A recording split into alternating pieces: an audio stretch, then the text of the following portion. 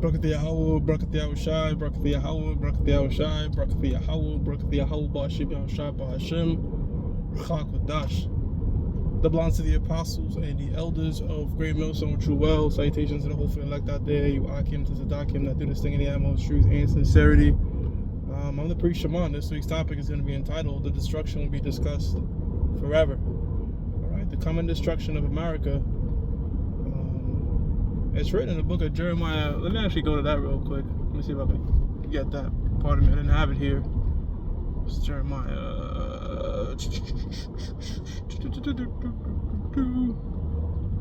Jeremiah 15 and 16.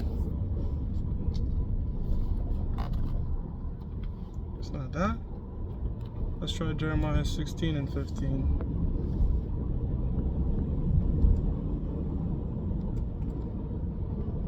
Okay, yep. So Jeremiah chapter 16 verse 14 says, "Therefore behold, the days come, saith the Lord Yahweh, Ba'ashim Yahushai, that it shall no more be said, the Lord liveth, that brought up the children of Israel out of the land of Egypt." Okay, because us getting delivered out of the land of Egypt. When I say us, I'm talking about the Negroes, Latinos, and Native Americans, the true Israelites. Getting delivered out of the land of Egypt was spectacular. You know, the parting of the seas, getting delivered by the, navigated through the wilderness by the chariots. It was spectacular. But there's gonna come a second Passover, and that's us being delivered out this coming destruction that's gonna befall America. It says, verse 15, "But the Lord liveth, that brought up the children of Israel from the land of the north." Right, the land of the north is talking about North America. "And from all the lands whither he had driven them, and I will bring them again into their land that I gave unto their fathers." And this is a prophetic scripture. Most scholars would say, "Oh, North Babylon," and that's talking about, when Jake left Babylon and went to, back to the land of Israel by the decree of Cyrus. That's what the scholars, but that's not. That one, first of all, you wouldn't really call that like a great deliverance, because certain Israelites stayed in Babylon. Remember, Jake was there for 70 years. You had Jakes that established businesses. They got very comfortable and didn't want to go back to Israel, right?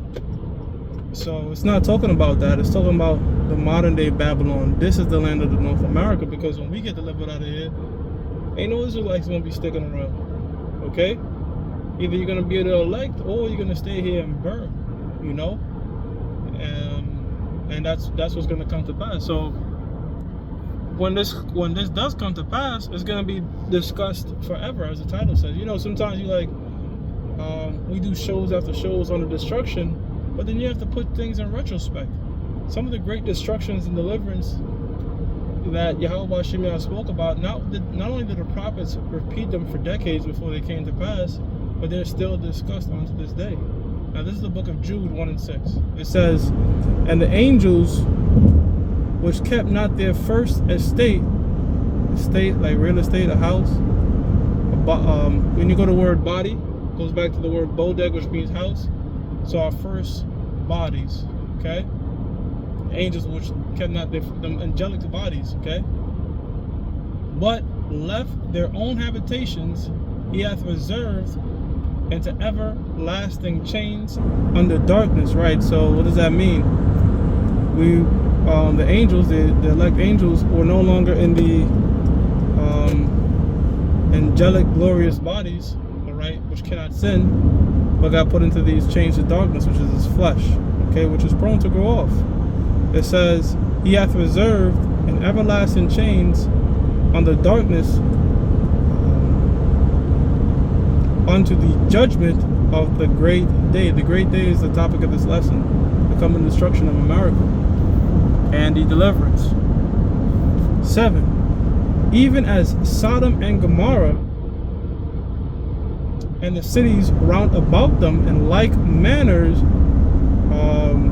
giving themselves over to fornication and going after strange flesh." And that's what you see today, man, in America. Is steadily progressing.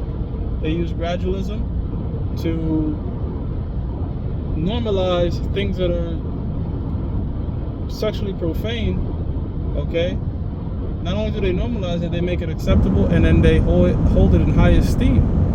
Now, they tried to push it next by starting to introduce pedophilia with the Olympic Games, but it suffered harsh backlash from people.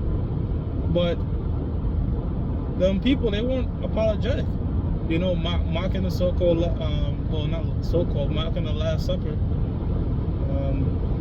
That image of the Lord, you know, with the disciples around him. Now, back then, they didn't have no tables, and they weren't sitting around the tables. That was not custom. They were sitting on the floor. But still, it's, you know, it was mocking that event. You know, the Last Supper before the Lord went on the cross, the Passover.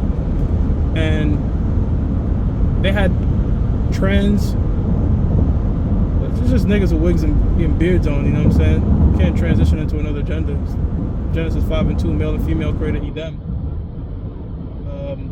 And they also had a child there. So they're trying to slowly push, just like Rome, normalize pedophilia next, okay? Which is dealing with a male or a female before they reach adulthood, before they reach puberty, okay? These people are fucking sick in the head, man. It says, giving themselves over to fornication and going after strange flesh are set forth for an example, suffering the vengeance of the eternal fire. Right, now what does that mean? Sodom and Gomorrah is not burning today, you know? That's over there in Iraq, I believe. You can still see it, you know? But eternally, because it's still being mentioned about, the smoke is still being mentioned about up until this day. And look, the destruction of America, that smoke is going to be burning for a very, very, very long time. But even after the smoke clears and it becomes a desert kingdom for the desert-like creatures, the destruction will still be talked about until eternity, you know? Because the destruction is going to be kept ceremoniously. Our deliverance out of America will be kept ceremoniously. That's going to be our second Passover. You see? So, though we do a lot of destruction scriptures and get into the coming destruction of America, and they might say, okay, well, you guys, you know, sound like you're on a repeat or a broken record or whatever. Guess what? The scriptures are very repetitive. And destructions that happened in the past, guess what? They're still being spoken about and referenced over 2,000, 3,000 years later, and more. See?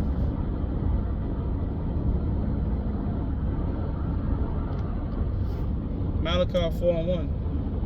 But in the last days, it shall come to... Oh, that says Micah. I need Malachi.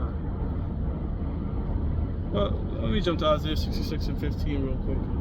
Instead, Isaiah 66 and 15. It says, for behold, the Lord will come with fire, and with his chariots like a whirlwind. Now, the chariots like a whirlwind is talking about what the world called UFOs. Okay? Those are the chariots of Israel. Psalms 104 and 3.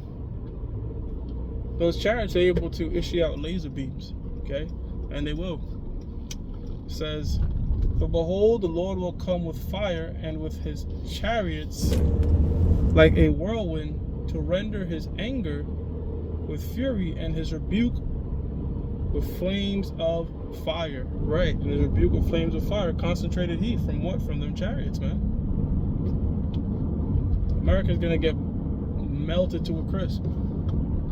It says, for by fire and by his sword will the Lord plead with all flesh, and the slain of the Lord shall be many. Right, so that's why the scripture says in the book of 2nd Ezra, the 8th chapter, there be many created, but few shall be saved. So we're trying to be a part of the few. Fuck the many, you know. That's how come we don't get wrapped up in a numbers game. You know, we understand that Yahweh Shem Yahushua is a man of quality and not quantity. So we're trying to be that quality. We're trying to be that gold, that precious metal. All right. That will be delivered out the fire. Will with that, I'm going to give all praises to Yahweh, Ba'ashim Yahweh Shah, Ba'ashim Rakakudash, that belongs to the apostles and the elders of Great Millstone True Well. Salutations to the hopeful elect out there, you Akim to the Zaдаkim that do this thing in the utmost truth and sincerity. Shalom.